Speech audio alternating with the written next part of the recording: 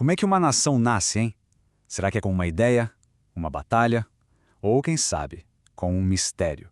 Uma única palavra deixada para trás. É essa jornada de séculos que a gente vai percorrer agora, de um começo totalmente incerto nas florestas do Novo Mundo até o momento em que eles redefiniram a ordem global. Vamos nessa? Olha só isso. Essa foi a única pista que a primeira colônia inglesa na América do Norte, a colônia de Roanoke, deixou para trás. Pensa na cena. Os navios de suprimentos voltam em 1590, depois de 3 anos longe e... nada. Todo mundo tinha sumido. A única coisa que eles acharam foi essa palavra aí, enigmática, entalhado numa árvore. Ou seja, o começo da história americana não é uma história de sucesso, mas sim de um desaparecimento misterioso. Pois é, essa é a grande pergunta que a gente vai tentar responder. O caminho dos Estados Unidos não foi uma linha reta de jeito nenhum. Foi uma história de sobrevivência, de muito conflito, de ideais gigantescos e de contradições bem profundas. A resposta está em entender como eles saíram de assentamentos super frágeis para se tornar uma nação movida por um senso de destino que parecia, assim, quase impossível de parar. Para a gente entender esse tal de destino, primeiro a gente precisa voltar para o começo. E o começo, olha, não tinha nada de garantido. Os primeiros anos foram uma luta desesperada mesmo só para sobreviver numa terra que era desconhecida e muitas vezes bem hostil.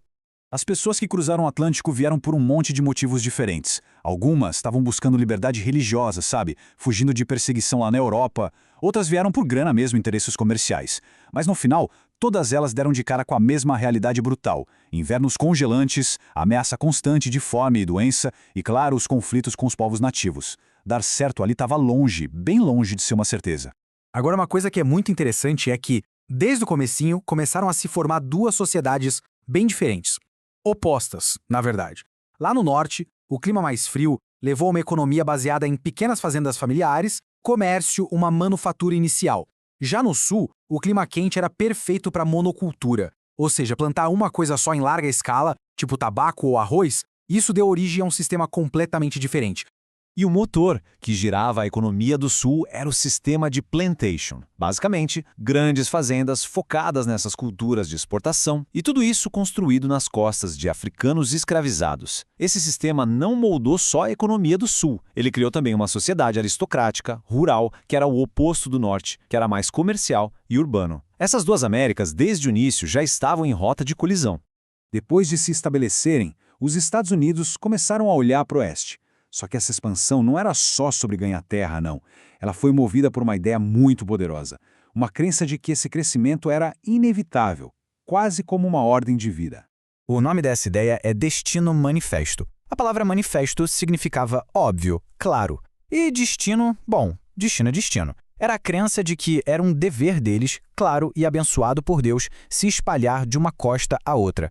Isso não era só uma política, era uma justificativa moral para a expansão territorial, que muitas vezes passou por cima dos povos nativos que já viviam nessas terras. E essa crença toda se baseava em 3 ideias centrais. Primeiro, a noção de que os Estados Unidos eram excepcionais, uma nação moralmente superior. Segundo, que eles tinham a missão de espalhar o seu jeito de governar pelo mundo. E terceiro, a convicção de que Deus estava do lado deles, garantindo o sucesso. Juntos, esses pilares criaram uma força ideológica, assim, incrivelmente poderosa. Essa citação do John Quincy Adams, que veio bem antes do termo Destino Manifesto ser criado, mostra como essa ideia já estava, no DNA do país. A visão era de um continente inteiro unificado sob uma bandeira, uma língua e um sistema político. Era uma visão de unidade e propósito, com o aval dos céus. Só que, claro, essa visão idealista esconde uma realidade bem mais complicada. O Destino Manifesto não era uma unanimidade de jeito nenhum. Figuras importantes, incluindo o próprio Abraham Lincoln, se opuseram a ele. Argumentavam que era só uma desculpa para a agressão e principalmente para expandir a escravidão. E a oposição era forte e vinha de gente importante. Ulysses S. Grant, por exemplo, que lutou na Guerra Mexicana-Americana e depois virou presidente, condenou a guerra abertamente. Para ele não era o cumprimento de um destino divino, mas sim um ato de agressão injusta. Essa ideia de destino estava, na verdade, rachando a nação por dentro.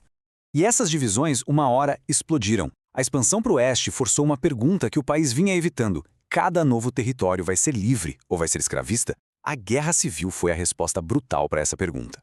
Essa linha do tempo mostra bem a escalada do problema. Cada tentativa de acordo político, como o Compromisso de 1850, só adiava o inevitável. A Lei Kansas-Nebraska transformou os territórios em verdadeiros campos de batalha. E a eleição de Lincoln em 1860 foi a gota d'água. O Sul se separou e a guerra começou. O custo humano foi inimaginável. Mais de 600 mil soldados morreram. Isso é mais do que em todas as outras guerras americanas somadas. Foi um conflito que colocou irmão contra irmão e forçou a nação a encarar a contradição que existia no seu coração, uma terra de liberdade construída sobre a escravidão. No final, a União foi preservada e a escravidão abolida. Mas a guerra deixou cicatrizes profundas. A nação sobreviveu, mas o seu senso de propósito e de destino foi forjado no fogo, obrigando todo mundo a repensar o que, afinal, significava ser americano. Depois de curar as feridas internas e se expandir pelo continente, os Estados Unidos se voltaram para o resto do mundo. Aquele conceito antigo de um destino continental estava prestes a se tornar global. Pensa no cenário. Metade do século XX, o mundo se reerguendo das cinzas. A Europa, que antes era o centro do poder, estava devastada. Esse vácuo de poder foi preenchido por duas novas superpotências com visões de mundo totalmente opostas: os Estados Unidos e a União Soviética. A Guerra Fria tinha começado.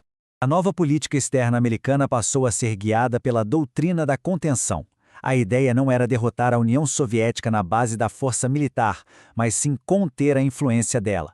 O objetivo era impedir que o comunismo se espalhasse, fortalecendo as nações que estavam vulneráveis ao redor. E a principal ferramenta dessa doutrina foi uma das iniciativas mais ambiciosas da história. E não era um exército, não. Era dinheiro. O Plano Marshall foi um programa gigantesco para reconstruir as economias da Europa Ocidental na crença de que a prosperidade econômica era a melhor defesa contra o comunismo. A escala do plano foi impressionante. Bilhões de dólares foram injetados na Europa. O Reino Unido, a França e a Alemanha Ocidental receberam a maior parte. Foi um ato de interesse estratégico, claro, mas também foi algo que ajudou a criar a Europa próspera e democrática que a gente conhece hoje. E assim, a jornada meio que se completa.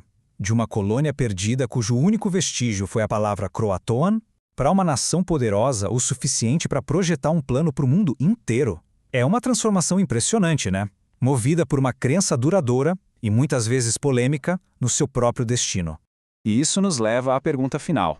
Essa longa e tumultuada jornada para cumprir um suposto destino chegou ao fim?